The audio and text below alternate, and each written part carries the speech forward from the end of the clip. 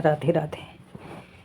तो भगवान कह रहे हैं कि हे पक्षीराज, चाहे बच्चे मरे या वृद्ध मरे, बुजुर्ग मरे या जवान मरे, सबका पिंड दान करना चाहिए। और बच्चे की मृत्यु पर तो दान जरूर देना चाहिए, अवश्य दान करना चाहिए।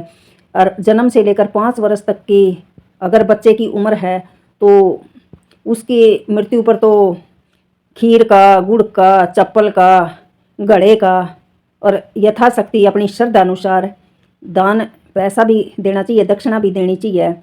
हे पक्षी श्रेष्ठ, दीप दान भी अवश्य करना चाहिए। 5 वर्ष से अधिक वायु वाले कुमार की मृत्यु पर तो और भी ज़्यादा दान करना चाहिए। उसे भोजन का, खीर का, जो भी वो उसको पसंद हो चीज़, सब का दान करना चाहिए।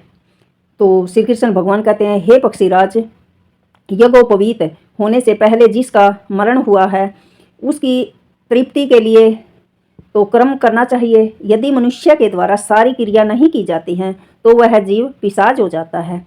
व्रत के पूर्व मृत बालक के लिए सब कार्य करने चाहिए। उसके बाद स्वाहा शब्द से मंत्रों के द्वारा षोडश श्राद्ध करना चाहिए। कुश से श्वेत तिल के द्वारा अपसव्य होकर समस्त क्रियाएं करने से पितरगण परम गति को प्राप्त होते हैं और दीर्घायु होकर पुनः अपने कुल में ही जन्म लेते हैं। सभी प्रकार के सुखों को प्रदान करने वाला पुत्र माता पिता के प्रेम का अभिवर्धक होता है। जैसे एक आकाश, एक चंद्र और एक आदित्य आश्रय भेद से अलग अलग घट आदि में दिखाई देते हैं, वैसे ही पिता का आत्मा सभी पुत्रों में सदा विचरण करता रहता है। जिसकी जो प्रकृति शुक्र शोणित संगम के पूर्व होती है वही पुत्रों में आकर सन्निहित हो जाती है, वैसे ही वे अपने जीवन में कर्म करते हैं।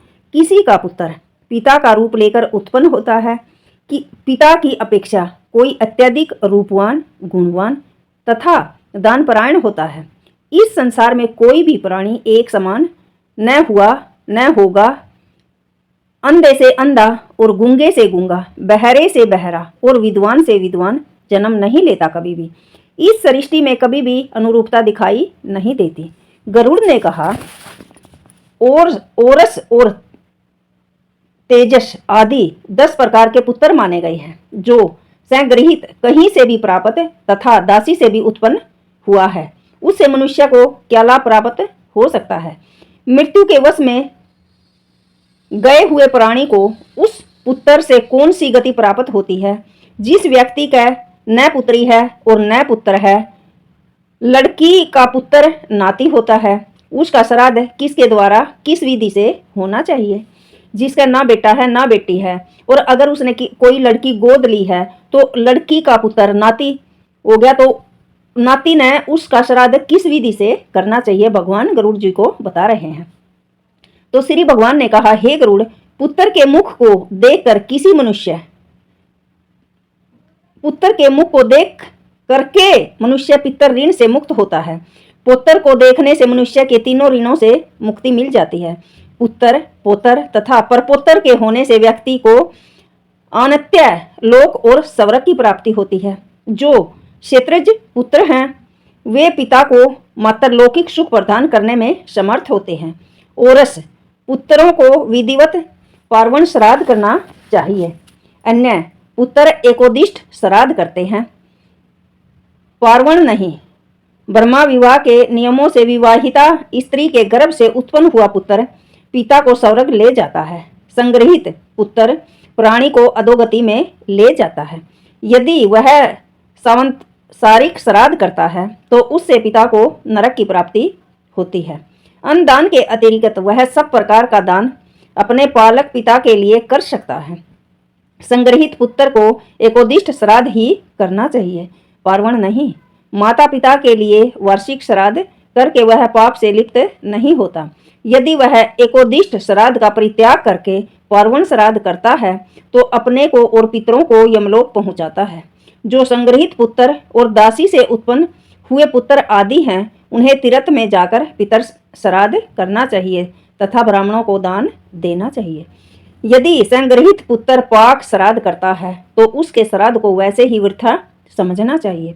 जैसे शूद्र अन्न से द्विजत्व नष्ट हो जाता है, वहाँ श्राद्ध परलोक में गए हुए पिता पितामह आदि पितरों को प्रसन्न नहीं कर सकता। हे पक्षी श्रेष्ठ, ऐसा जानकर व्यक्ति को हीन जाति में उत्पन्न हुए पुत्रों का परित्याग कर देना चाहिए।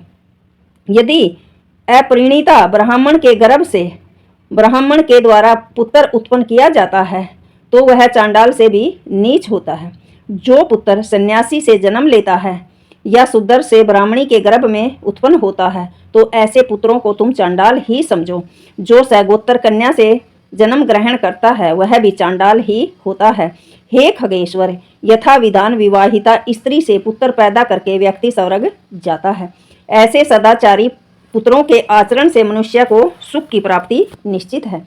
जो दुराचारी पुत्र हैं वह अपने कुत्सित आचरण से, अपने गलत आचरण से पिता को नरक में ले जाता है। हीन जाति से उत्पन्न हुआ सदाचारी पुत्र अपने माता पिता को सुख प्रदान करता है। जो मनुष्य कली काल के पाप से निर्मुक्त है, सिद्ध जनों से पूजित है, देवलोक की अप्सराओं के द्वारा सम्मान में डुलाए जा रहे चमर और पहनाई गई माला से सुशोभित हैं, वह अकेले ही 100 पितरों तथा नरक में गए हुए बंधु बांधुओं, पुत्र पोत्रों और परपोत्रों का उद्धार कर देते हैं।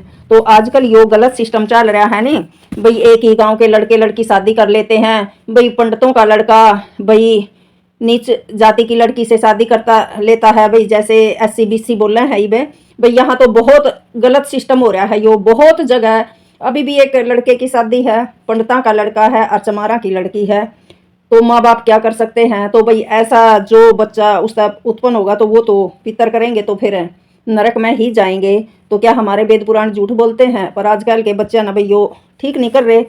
चलो कर भी क्या सकते हैं भाई, जात पात कहते तो सब एक हैं, फिर भी जो हमारे वेद पुराणों में है तो सब न राधे राधे।